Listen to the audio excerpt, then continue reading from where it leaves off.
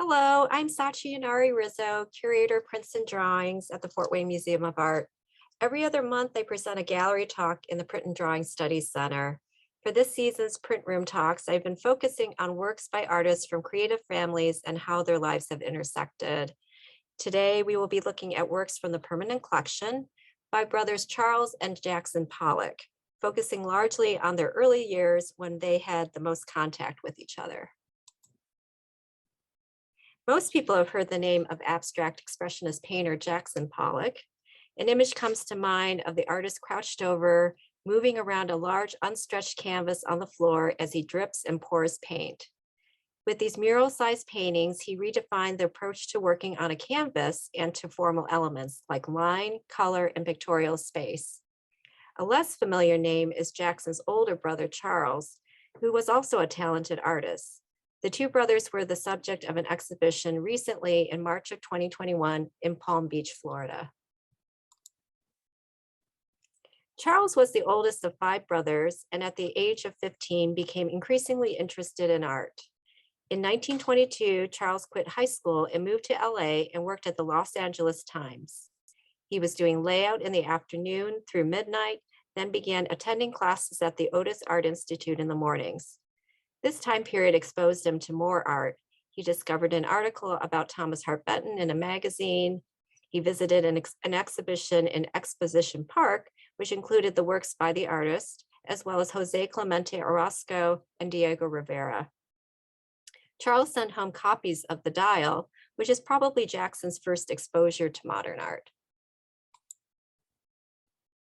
Paul Jackson Pollock was the youngest.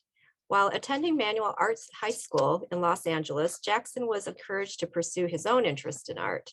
He was friends with future artists Philip Guston and Reuben Kadish.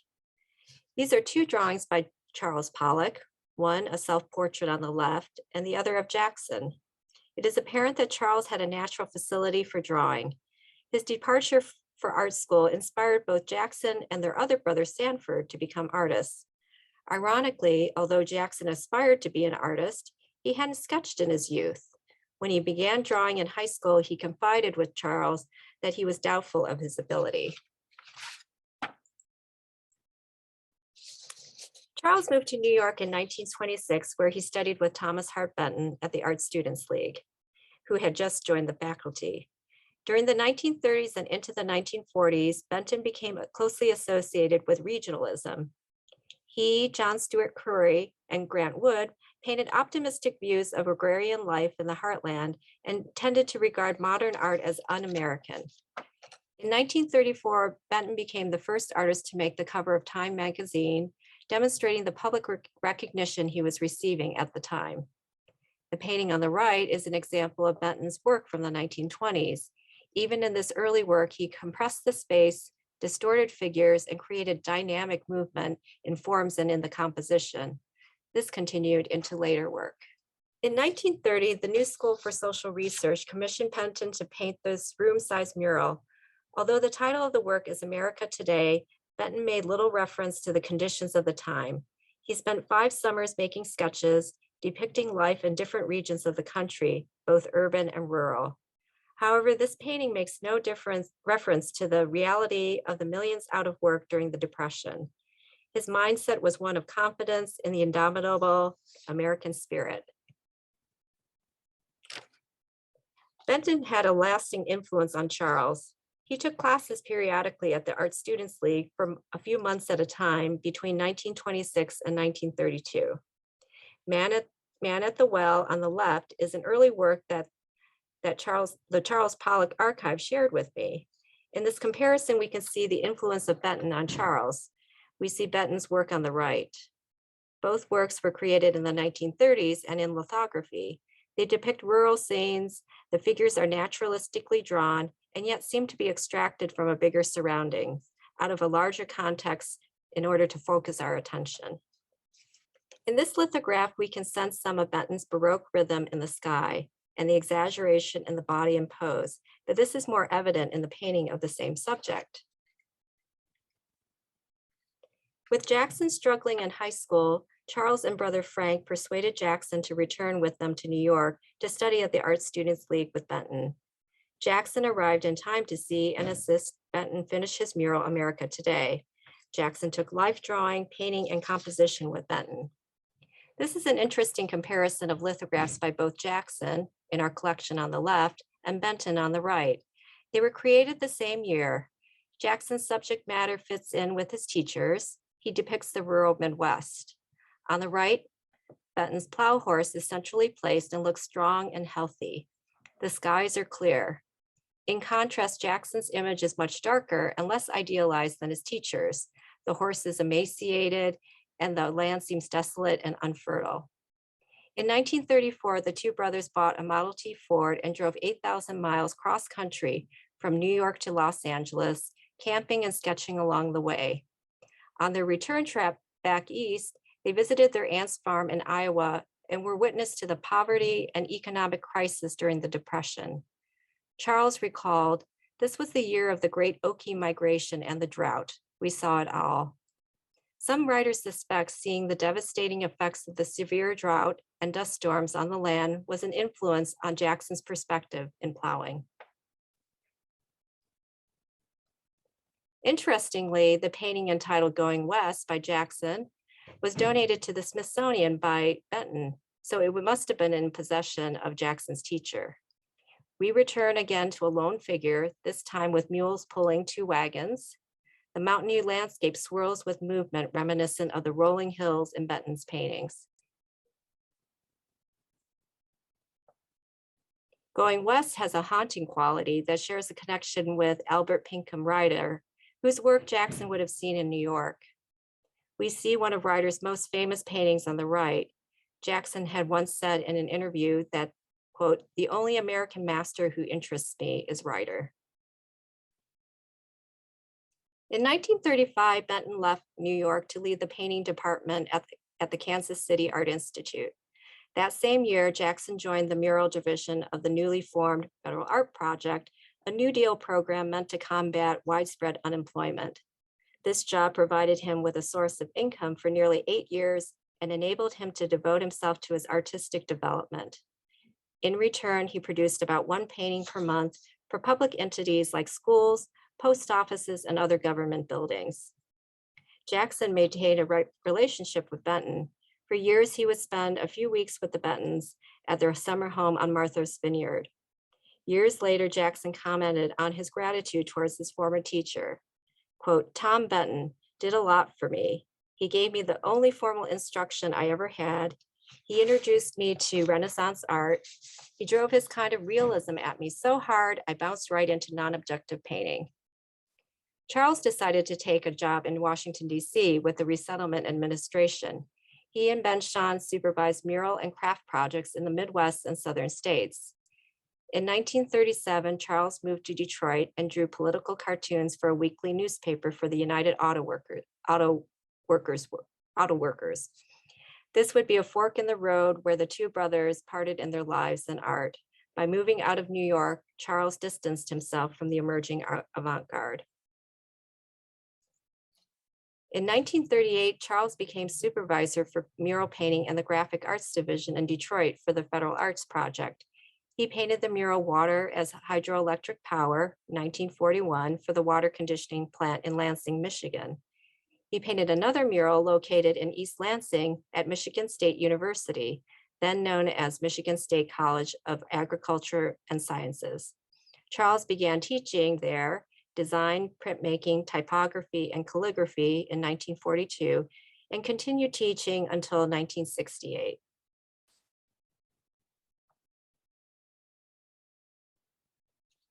This is the central panel of a 3-part mural in the foyer of the newly built Fairchild Auditorium on Michigan State's campus. The central panel depicts Abraham Lincoln's signing of the Morrill Act that created land-grant colleges.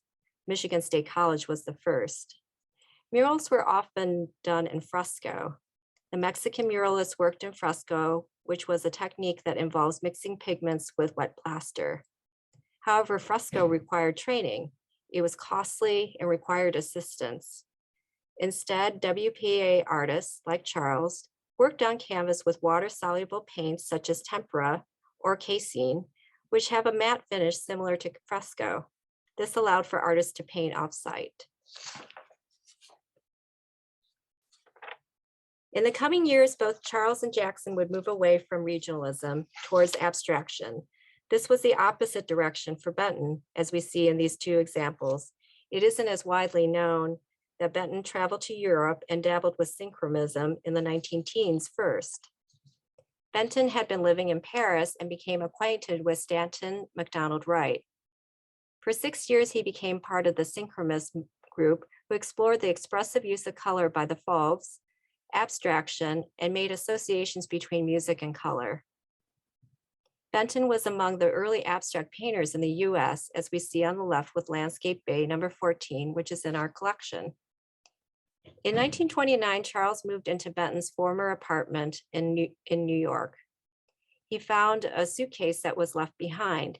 It contained a large quantity of sketches, writings, and studies from Benton's synchronist period. Charles described these works as a turning point for him. He held on to the suitcase of drawings until 1981, when they were sold through the Salander O'Reilly Gallery in New York. The art world was unaware that Benton was actually one of the early American modernists, a facet that Benton had obviously kept secret. Jackson studied mural painting with Benton and posed for the murals at the New School for Social Research. At the same time, Mexican muralist Jose Clemente Orozco was at work on a commissioned 5-panel fresco there as well. The development of Jackson's mature painting style is indebted to his encounters with Mexican artists. For example, Jackson watched Diego Rivera paint the infamous Rockefeller Center murals in New York City in 1933. Some scholars have theorized that the monumental scale of the Mexican murals helped him shift to the large dimensions characterized by abstract expressionist paintings. Back in 1930, while home from New York, Charles and Jackson visited Pomona College to see Orozco's recently completed mural, Prometheus, of that same year, a work that Jackson described for years as, quote, the greatest painting in the country. As you can see in this mural, Prometheus is a towering figure, and Jackson could easily see the power that was possible in mural painting. In subsequent years, he explored many themes present in the Mexican painter's works, such as myth, ritual, and sacrifice, as you can see in this painting on the right. Mexican painter David Alfaro Sequeiros provided technical inspiration at the experimental workshop, where he called for the making of revolutionary works with modern and experimental materials. He pioneered brushless painting techniques such as spray guns and poured and drip paint. They favored untraditional paints, including an automatic lacquer and silkscreen printing. Jackson helped out at the workshop frequently in 1936 and would incorporate some of these techniques and media into his signature abstract expressionist works. Jackson didn't try his hand at intaglio until 1944, when he went to Stanley William Hayter's famous printmaking studio, Atelier 17, that had moved from Paris to New York due to the war. He had seen an exhibition of work at the Museum of Modern Art in 1944. But even better, Hayter had moved the workshop to across the street from Jackson and Lee Krasner's apartment. Hayter was a champion of engraving. Its laborious process involving moving a burin through metal is not seemingly conducive to the abstract expressionist impulse for immediacy. However, Pollock made 11 engravings there between 1944 to 45. Rather than moving the burin through the copper plate, Hayter encouraged moving the plate instead, while leaving the burin stationary, allowing for a more spontaneous gesture. Atelier 17 was a place for experimentation and exchange of ideas. Because of the war, many artists emigrated from Europe, including a number of exiled surrealists, including Max Ernst, Roberto Matta, Yves Tanguy, and Andre Masson, seen here on the right. Masson was interested in mythology and made automatic drawings in which he tapped his unconscious mind and released conscious control, working freely without preconceiving the work. Jackson never exhibited or published the prints. His widow, artist Lee Krasner, discovered 4 plates in his barn studio. Printmaker Gabor Paturity, knew Jackson through Atelier 17 and worked to restore the plates. They were corroded, dirty, and the dry point flattened. The plates were actually engraved on both sides, which made the printing more complicated. He was able to make 4, though, printable. At his suggestion, Emiliano Sorini printed Jackson's prints in 1967. You can see in our print the early glimpses of energetic strokes and all-over composition, in this case with an engraving from a burin and dry point needle. Jackson's first solo exhibition at Peggy Guggenheim's Art of the Century Gallery was in 1943 and helped make abstract expressionism synonymous with a distinctly American art. 15 years after his teacher made the cover of Time magazine, we see in this Life magazine spread the level of fame that Jackson had achieved already by 1949.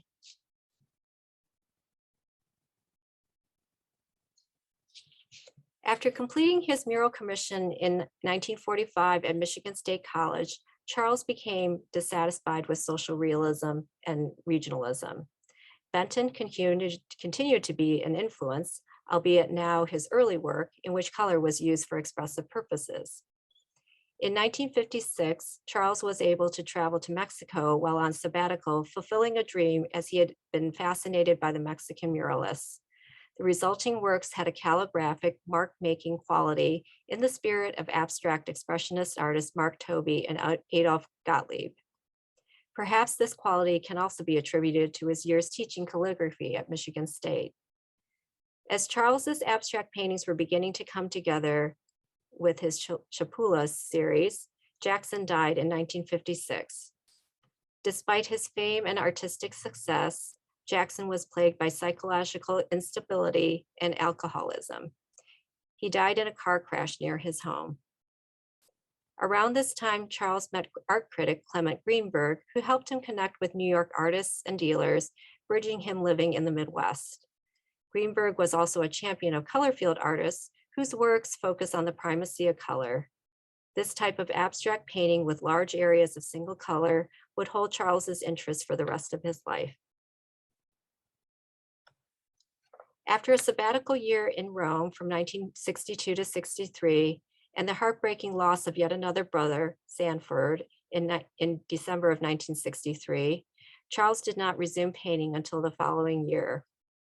In the summer of 1964, the Kalamazoo Art Center held a lithography workshop. In Europe, it was common for the artist to provide the drawing and collaborate with a master printer with the expertise to handle all of the technical details. For the Kalamazoo workshop, they followed this model and invited painter and printmaker Ben Burns, who had worked in Holland, Paris, and at Atelier 17. Most participants had not worked in lithography before. The Fort Wayne Museum of Art purchased one of the portfolios of 44 lithographs. Besides Charles Pollock, others included Warrington Colescott, Julian Stanchek, and Roland Ginzel. Many were faculty members at universities. To make the design for a lithograph, the artist can use a lithocrayon, pencil, and touche, which looks like ink on the stone, all materials that would make a natural transition for a painter to print. Lithography was being introduced to artists in printmaking workshops at this time, such as ULAE, that was formed in 1957, and Tamarin Lithography Workshop in 1960. Charles titled both lithographs from the Kalamazoo portfolio simply by the month and day, and these are both in our collection. One might guess that these dates refer to when they were created. However, the titles possess more personal significance and refer to his wedding date to Sylvia Winter and her birth date instead. Gradually, color returned to his work after his trip to Rome. Unlike Jackson's drip paintings, Charles's abstractions were mediated, deliberate, and constructive. He was more drawn to the works of the color field painters, Kenneth Nolan and Piero d'Orazio. He became known for his abstract shapes and muted colors, moving to acrylic paints. He exhibited in the traveling show, Color and Field, 1890 to 1970, with works by Nolan and Morris Louis. Like them, he was staining acrylic paint on unprimed canvas. After retirement from teaching, Charles and his family moved to New York and later to Paris, where he focused his attention on his own work. Thank you for joining me today. Check back on Wednesday, May 18th, when we look at the works by wife and husband, Susan Rothenberg and Bruce Nauman from the permanent collection.